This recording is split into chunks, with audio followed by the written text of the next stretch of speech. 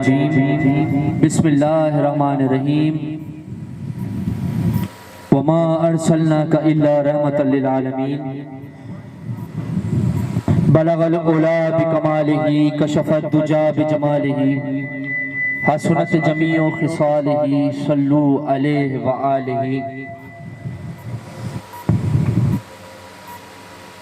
نثار تیری چہل پہل پر ہزاروں عیدیں ربیع الاول، نثار تیری چہل پہل پر ہزاروں عیدیں ربیع الاول، سوائے ابلیس کے جہاں میں سبھی تو خوشیاں منا رہے ہیں۔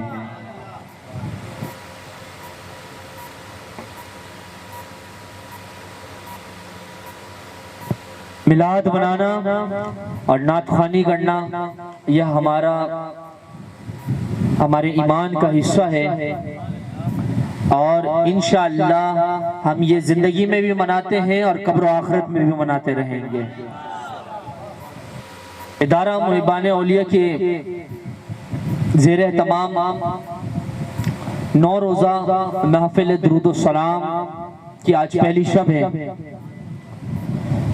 عاشقان رسول قرب و جوار سے تشریف لائے اور درود و سلام کی محفل میں اور اس بزم میں شرکت کی، اور درود و سلام پڑھ کے اپنے قلوب کو نور محمدی سے جگمگا دیا۔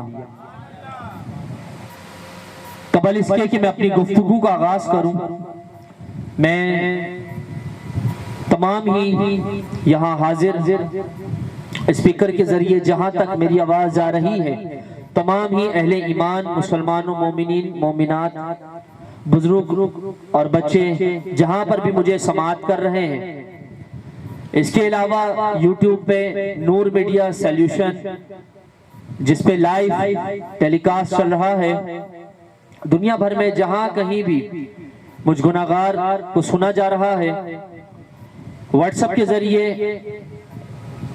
گروپ محبان اولیاء، اور اس کے علاوہ جہاں کہیں بھی یہ ویڈیو پہنچے، تمام ہی عالم اسلام کو فقیر محمد نعمان قادری چشتی اتاری و ادارہ محبان اولیاء کی جانب سے جشن عید میلاد النبی صلی اللہ علیہ وسلم کا مہینہ مبارک ہو۔ اللہ پاک ہمارے اس متبرک مہینے کو قبول اور منظور فرمائے۔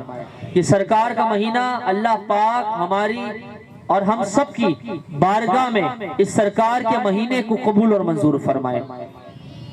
آج الحمدللہ چاند نظر آ چکا ہے اور اس کی خیر و برکات ہم سب کے اوپر نازل ہونا شروع ہو گئی ہے۔ کہہ دو سبحان اللہ۔ آج وہ رات ہے جس رات اس مہینے کا آغاز ہوتا ہے، جس میں ایمان والوں کے ایمان پختہ ہو جاتے ہیں، جبکہ شیطان ذلیل ہو جاتا ہے، وہ نامراد ہو جاتا ہے۔ حدیث مبارکہ ہے، نبی کریم صلی اللہ علیہ وسلم نے ارشاد فرمایا، شیطان کسی بھی دن اتنا نہیں رویا تھا، شیطان کسی بھی دن اتنا ذلیل نہیں ہوا تھا، شیطان کسی بھی دن اتنا مردود نہیں ہوا تھا، وہ جس دن ہوا تھا جب میں دنیا میں تشریف لے کر آیا تھا۔ کہہ دو سبحان اللہ۔ ہماری یہ جو 9 روزہ محفل چلے گی درود و سلام کی، یہ روزانہ تربیتی محفل ہے۔ کہتے ہیں سبحان اللہ۔ آج ہم حضور کے میلاد کے بارے میں اور حضور کے بچپن کے بارے میں گفتگو کریں گے۔ آپ میری گفتگو کو سمجھنے کی کوشش کیجئے گا اور اپنی نالج میں اضافہ کیجئے گا، تاکہ پتہ چلے کل کو اگر کوئی آپ سے پوچھے کہ آپ عاشقان مصطفیٰ صلی اللہ علیہ وسلم میلاد کیوں مناتے ہیں، تو آپ بتا سکیں کہ آپ میلاد کیوں مناتے ہیں اور یہ کہاں کہاں سے ثابت ہے۔ میں آپ کو بتاتا چلوں کہ حضور سید عالم صلی اللہ علیہ وسلم کی ذات مبارکہ وہ ذات ہے کہ جب آپ دنیا میں تشریف نہیں لے کر آئے تھے، جب یہ دنیا بنی بھی نہیں تھی، تب نبی کریم صلی اللہ علیہ وسلم کا نور اس دنیا میں موجود تھا۔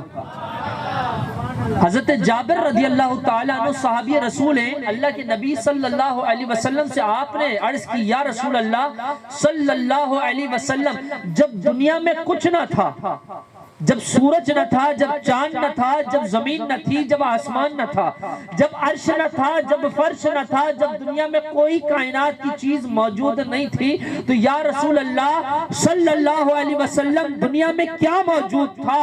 اللہ پاک نے سب سے پہلے تخلیق کیا فرمائی؟ جب ہم مختلف مکتبہ فکر کے لوگوں سے پوچھتے ہیں کہ اللہ نے دنیا میں سب سے پہلے کس چیز کو خلق فرمایا، پیدا فرمایا، تو کوئی کہتا ہے اللہ نے سب سے پہلے اپنے عرش کو پیدا فرمایا، کوئی کہتا ہے اللہ نے کرسی کو پیدا فرمایا، کوئی کہتا ہے اللہ نے لوح و قلم کو پیدا فرمایا، کوئی کچھ کہتا ہے، کوئی کچھ کہتا ہے۔ آؤ حدیث مبارکہ نبی پاک صلی اللہ علیہ وسلم، صحیح بخاری شریف کی حدیث ہے، الخصائص الکبریٰ میں لکھا ہے، نبی پاک صلی اللہ علیہ وسلم سے کسی نے پوچھا یا رسول اللہ جب دنیا میں کچھ نہ بنا تھا تو کیا بنا تھا؟ یا رسول اللہ جب دنیا میں کچھ پیدا نہ ہوا تھا تو کیا پیدا ہوا تھا؟ یا رسول اللہ جب دنیا میں کچھ خلق نہ ہوا تھا تو کیا خلق ہوا تھا؟ میرے پیارے نبی صلی اللہ علیہ وسلم نے ارشاد فرمایا، اے جابر سن، جب دنیا میں کچھ نہ بنا تھا تو اول ما خلق اللہ نوری، اللہ پاک نے سب سے پہلے اپنے نور میں سے نور محمدی کو پیدا فرمایا تھا۔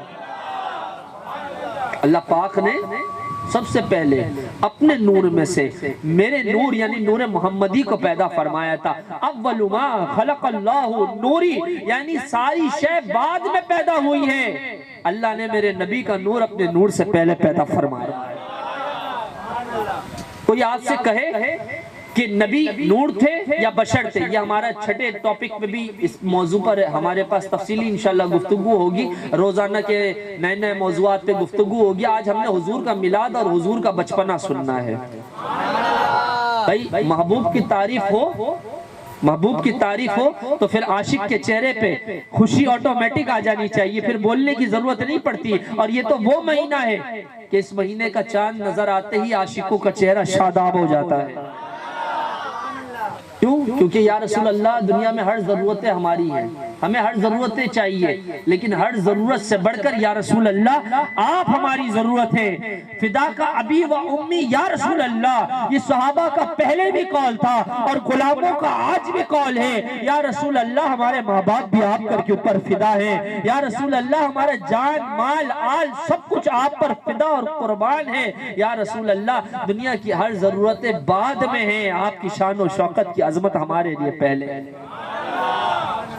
الخصائص الکبریٰ کی روایت ہے، حضرت آدم علیہ السلام سے کسی نے پوچھا یا آدم علیہ السلام آپ کی توبہ کیسے قبول ہوئی؟ اللہ کے نبی صلی اللہ علیہ وسلم نے حضرت آدم علیہ السلام کے بارے میں فرمایا، الخصائص الکبریٰ کی روایت ہے کہ حضرت آدم علیہ السلام سے غلطی ہو گئی، ایک گندم کا دانہ اللہ پاک نے منع فرمایا تھا کہ تم نے گندم کا دانہ نہیں کھانا ہے، لیکن آدم علیہ السلام سے غلطی ہوئی تھی۔ کیا ہوئی تھی؟ کیا ہوئی تھی؟ بعض لوگ کہتے ہیں گناہ ہو گیا تھا، گناہ نہیں، نبی سے گناہ، بولے نبی سے گناہ نہیں ہو سکتے، کسی بھی نبی سے گناہ نہیں ہوتے، نبی معصوم ہوتے ہیں۔ نبی اور فرشتے یہ دو ذاتیں ہیں، کتنی ذاتیں ہیں؟ یہ دو ذاتیں جن سے گناہ ممکن نہیں ہے، یہ معصوم ہوتے ہیں۔ بعض اوقات ہم بچے کو بھی معصوم کہتے ہیں، بڑا معصوم بچہ ہے، بچہ معصوم، بولو نا، بچہ معصوم نہیں ہوتا۔ اسی طریقے سے کوئی ولی 12 امام، پنجتن پاک، اس کے علاوہ جتنے بھی اور ایسے لوگ موجود ہیں جن کے اوپر معصومین کا لقب لگایا جاتا ہے، معصوم کا لقب ان کے لیے استعمال نہیں کیا جا سکتا۔ کسی صحابی کے لیے معصوم کا لفظ استعمال نہیں کیا جا سکتا، کسی غوث، ابدال، قطب، ولی، قلندر کے لیے معصوم کا لفظ استعمال نہیں کیا جا سکتا۔ ہر غوث، ولی، قطب، ابدال، قلندر، بچے، انسان سب سے گناہ ہو سکتے ہیں، سب سے گناہ ہو سکتے ہیں۔ معصوم انہیں کہا جاتا ہے جن سے گناہ نہیں ہو سکتے، جن سے گناہ نہیں ہو سکتے۔ وہ دنیا میں فقط دو ذاتیں ہیں، ایک فرشتہ ہے جس کا گناہ نہیں ہو سکتا، جس سے گناہ سرزد نہیں ہو سکتا، اور ایک نبی ہے جس سے گناہ سرزد نہیں ہو سکتے، چاہے وہ کوئی سے بھی نبی ہو، آدم علیہ السلام ہو، عیسیٰ علیہ السلام ہو، موسیٰ علیہ السلام ہو، نوح علیہ السلام ہو، شیش علیہ السلام ہو، یوسف علیہ السلام ہو، یعقوب علیہ السلام ہو، کوئی سے بھی نبی ہو، کسی بھی نبی سے گناہ صادر نہیں ہو سکتے۔ تو حضرت آدم علیہ السلام سے بھی